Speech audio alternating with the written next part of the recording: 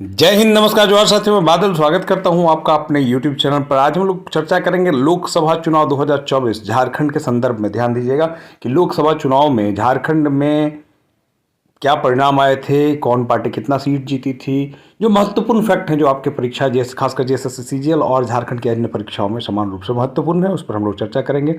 Bokaro institute के तत्वाधान में हम आपको तैयारी करवा रहे हैं जेएसएससी सीजीएल का। हमारे यहाँ ऑफलाइन सेंटर पर भी हमारे यहाँ जेएसएससी सीजीएल की स्पेशल बैचेज चल रही है, जहाँ प्रतिदिन 4 घंटा एक्सपर्ट टीचर्स की निगरानी में आपको तैयार किया जा रहा है जेएसएससी सीजीएल परीक्षा के लिए। चलिए देखते हैं पहला प्रश्न क्या है कि लोकसभा चुनाव 2024 के चौथे चरण में झारखंड के कितने सीटों पर चुनाव हुआ था। ध्यान दीजिएगा, पहला प्रश्न ही है, बहुत इंपॉर्टेंट है। ध्यान दीजिएगा कि पहले चरण में कितने सीटों पर चुनाव हुआ था। ध्यान दीजिए, तो 4 सीटों पर चुनाव हुआ था पहले चरण में, 4 सीटों पर। अब अगला प्रश्न देखिए, इसके पहले एक चीज़ और ध्यान दीजिएगा। हो सकता है कि आपको ये प्रश्न पूछा जाए कि झारखंड में लोकसभा में कितने सीट हैं, तो लोकसभा में झारखंड में 14 सीट है। ध्यान दीजिएगा, अगर आपसे पूछा जाए कि झारखंड में राज्यसभा में कितने सीट हैं, तो 6 सीट है। ध्यान दीजिएगा, अगर आपसे पूछा जाए कि कुल सीट कितने हैं, मतलब संसद में झारखंड से कितने सीटें हैं लोकसभा राज्यसभा मिलाकर, तो 20 सीटें हैं। ध्यान दीजिएगा। अगर हम लोग चलते हैं आगे, अगला प्रश्न है कि लोकसभा चुनाव 2024 के 5वें चरण में झारखंड में कितने सीटों पर चुनाव हुआ था। ध्यान दीजिएगा, कितने सीटों पर चुनाव हुआ था, तो यह 3 सीटों पर हुआ था। ध्यान देंगे। अगला प्रश्न है कि लोकसभा चुनाव 2024 के 6वें चरण में झारखंड में कितनों सीटों पर चुनाव हुआ था। देखिए, इसी प्रकार से प्रश्न पूछे जाएंगे आपको, तो आपको कितना, 4 सीटों पर हुआ। और अगला प्रश्न जो इसी प्रकार का है आपके पास कि लोकसभा चुनाव के 7वें चरण में, ध्यान दीजिएगा, और अंतिम चरण में यहाँ कितने सीटों पर चुनाव हुआ था, तो 3 सीटों पर हुआ था। ध्यान दीजिएगा, तो कुल मिला के देखिए 3, 4, 3 और 4, कुल मिला के 14 सीटों का ब्यौरा आपके सामने है। आगे बढ़ते हैं। अब प्रश्नों का लेवल चेंज करते हैं कि झारखंड में 2024 के लोकसभा चुनाव में कितने प्रत्याशियों ने 1 लाख से अधिक वोटों से जीत दर्ज की थी। ध्यान दीजिएगा, 1 लाख से अधिक वोटों से जीत दर्ज करने वाले प्रत्याशी कितने थे, तो ध्यान दीजिएगा 12 थे। अब बचे 2, कौन से ऐसे 2 थे जिन्होंने नहीं किया था, इसकी चर्चा हम लोग आगे करेंगे, इसलिए वीडियो पे बने रहे, ये महत्वपूर्ण है। मतलब कि 12 जो लोग जो जीते थे, उन्होंने 1 लाख से अधिक मतों के अंतर से जीत दर्ज किया था। ये बहुत बड़ी बात है। ऐसे प्रश्नों को देखिएगा, ऐसे ट्विस्ट वाले प्रश्न पूछे जाएंगे। इनमें से रक्षा मंत्रालय राज्य मंत्री किसे बनाया गया है। रक्षा मंत्रालय में राज्य मंत्री किन्हें बनाया गया है, आपके पास ऑप्शन है अन्नपूर्णा देवी, चंद्र प्रकाश चौधरी, संजय सेठ और निशिकांत दुबे। ध्यान दीजिएगा, बहुत इंपॉर्टेंट प्रश्न है कि इनमें से रक्षा मंत्रालय राज्य मंत्री, ध्यान दीजिएगा, रक्षा मंत्री कौन है, अमित शाह हैं। अब इसमें राज्य मंत्री, ध्यान दीजिएगा, मतलब रक्षा राज्य मंत्री मतलब उनके सहयोगी मंत्री जो एक कैबिनेट मंत्री के साथ साथ जो राज्य मंत्री होते हैं, ये भी ध्यान दीजिएगा। रक्षा मंत्री, कैबिनेट मंत्री, राज्य मंत्री स्वतंत्र प्रभार, 3 प्रकार के होते हैं। अगर आप पॉलिटी में पढ़े हैं तो जानते होंगे बेहतर। तो अब हम लोग बात करते हैं राज्य मंत्री की। तो इसमें किसके बनाया गया है, तो इसे संजय सेठ को बनाया गया है, जो कि रांची से जीते हैं, जो सुहासिनी के खिलाफ, उन्होंने कांग्रेस की सुहासिनी उनके खिलाफ चुनाव लड़ी थी। ध्यान दीजिए, सुबोधकांत साय की बेटी, जिनको भारी मतंतर से उन्होंने हराया था। तो संजय सेठ जो है वहाँ राज्य मंत्री बनाए गए हैं। अगला प्रश्न है कि इनमें से किन्हें केंद्रीय मंत्री महिला विकास मंत्री बनाया गया है। ध्यान दीजिए, महिला विकास मंत्री बनाया गया है, ये कौन है जिन्हें महिला विकास मंत्री बनाया गया है, तो ध्यान दीजिएगा, ये जोभा देवी नहीं है, ये जोबा देवी है, माफ़ कीजिएगा। तो ये देखिए ऑप्शन है अन्नपूर्णा देवी, जोबा देवी, संजय सेठ, कालीचरण सिंह। ध्यान दीजिएगा, तो इसमें से जो है संजय सेठ तो हो गए रक्षा राज्य मंत्री, ठीक है, और कालीचरण सिंह को मंत्री नहीं बनाया गया है। अब देखिएगा, आपका आंसर है अन्नपूर्णा देवी, ठीक है। देखिए, फिर से ये प्रश्न आ गया आपके समक्ष कि झारखंड में कुल कितने लोकसभा निर्वाचन क्षेत्र हैं।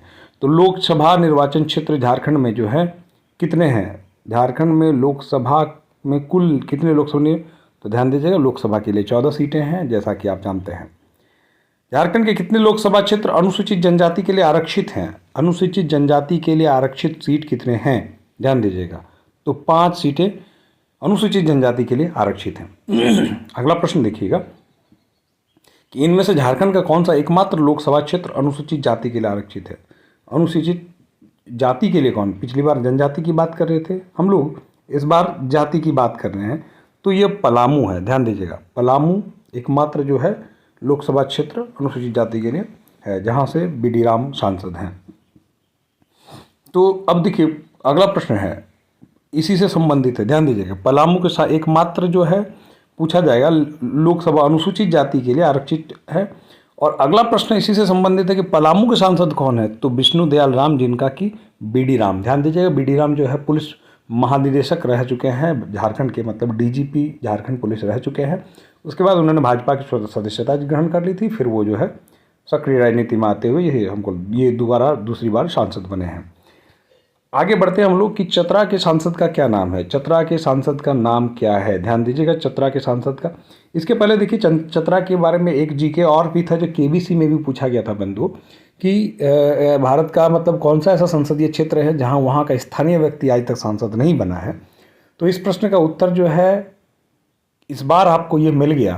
पहली बार इतिहास में ये चतरा लोकसभा के में वहाँ का स्थानीय व्यक्ति जो है सांसद बना है, जो कि जिनका नाम है कालीचरण सिंह। ध्यान दीजिएगा चतरा के सांसद का नाम क्या है, कालीचरण सिंह। ध्यान दीजिए पहली बार कोई व्यक्ति जो है ये वहाँ से सांसद बने हैं। और इन्होंने यहाँ जो ये टिकट प्राप्त किया था, यह जो सिटिंग एमपी थे सुनील सिंह के बाद उनको जो सिटिंग एमपी थे उनको हटाकर इनको टिकट दिया गया था वहाँ से। ध्यान देंगे 2 बार के सिटिंग एमपी थे सुनील सिंह, उनको हटा के कालीचरण सिंह जी को टिकट दिया गया था और वो पहले स्थानीय व्यक्ति हैं जो चतरा से सांसद बने हैं। अब आप अगला प्रश्न है देखिएगा कि अन्नपूर्णा देवी कहाँ से सांसद हैं। तो अन्नपूर्णा देवी कहाँ से सांसद हैं, इस बात को ध्यान दीजिएगा। तो अन्नपूर्णा देवी कोडरमा से सांसद हैं, ध्यान दीजिएगा। अब कोडरमा झारखंड में किस लिए प्रसिद्ध है ये आप जानते हैं कि अभ्रक की खान है। अभ्रक की मायका के लिए जो है कोडरमा प्रसिद्ध है। तो वहीं से सांसद जो है अन्नपूर्णा देवी सांसद हैं। संजय सेठ इनके बारे में हमने अभी चर्चा करी, कहाँ से सांसद हैं, रांची से सांसद हैं। इनके बारे में अभी मैंने आपको बताया कि सुहासिनी जो है सहाय को उन्होंने हरा कर ये सांसद बने थे। और सुहासिनी सहाय जो है सुबोध खान सहाय पूर्व केंद्रीय मंत्री जो थे उनकी पुत्री थी, इनके अगेंस्ट फाइट की थी। अगला प्रश्न आपके समक्ष है कि 18वीं लोकसभा चुनाव 2024 में राज्य की कितनी सीटों पे इंडियन नेशनल कांग्रेस ने जीत दर्ज की है। ध्यान दीजिएगा कितनी सीटों पर इंडियन नेशनल कांग्रेस ने जीत दर्ज की है। तो 2 सीटों पर इन्होंने जीत दर्ज की है। 18वीं लोकसभा चुनाव में राज्य की कितनी सीटों पर झारखंड मुक्ति मोर्चा ने जीत दर्ज की है। तो झारखंड मुक्ति मोर्चा ने कितने सीटों पर दर्ज की है, तो 3 सीटों पर दर्ज की है। ध्यान दीजिएगा महागठबंधन में तो इन लोगों ने कुल मिला के 5 सीटों पे जीत दर्ज की है, बाकी के 9 सीट जो है भारतीय जनता पार्टी के पास आया है। 18वीं लोकसभा चुनाव 2024 में चर्चा में रहे जयराम महतो किस संसदीय क्षेत्र से चुनाव लड़ते हैं। ये देखिए हॉट टॉपिक है। जयराम महतो जो है इन्होंने कड़ी टक्कर दी थी चंद्र प्रकाश चौधरी को। जी हाँ, जो दूसरी बार वहाँ से सांसद लड़ रहे थे, जीत भी गए चंद्र प्रकाश चौधरी जो कि गिरिडीह, ध्यान दीजिएगा गिरिडीह जो है निर्वाचन क्षेत्र से चंद्र प्रकाश चौधरी चुनाव लड़ रहे थे। उनके अगेंस्ट में जयराम महतो थे, झारखंड का एक लोकल और चर्चित चेहरा। और भारी मतों से जो है ना इन्होंने JBKS नाम के पार्टी की गठन की है, दल की झारखंड भाषा खतियान संघर्ष समिति। उस पार्टी से उन्होंने सिंबल प्राप्त किया था, चुनाव लड़े थे, अच्छे खासे मत ले आके एक बार झारखंड के लोगों को चौंकाया था। अगला प्रश्न देखिए कि 18वीं लोकसभा चुनाव 2024 में राज्य के किस प्रत्याशी ने सबसे कम वोटों के मार्जिन के साथ जीत दर्ज की थी। ध्यान दीजिएगा सबसे कम मार्जिन के साथ, जिन्होंने सबसे कम मार्जिन के साथ जीत दर्ज की थी उनका नाम क्या है। तो उनका नाम जो है नलिन सोरेन है। ध्यान दीजिएगा नलिन सोरेन जो है सबसे कम मतांतर से जीते हैं। अगला प्रश्न देखिएगा मित्रों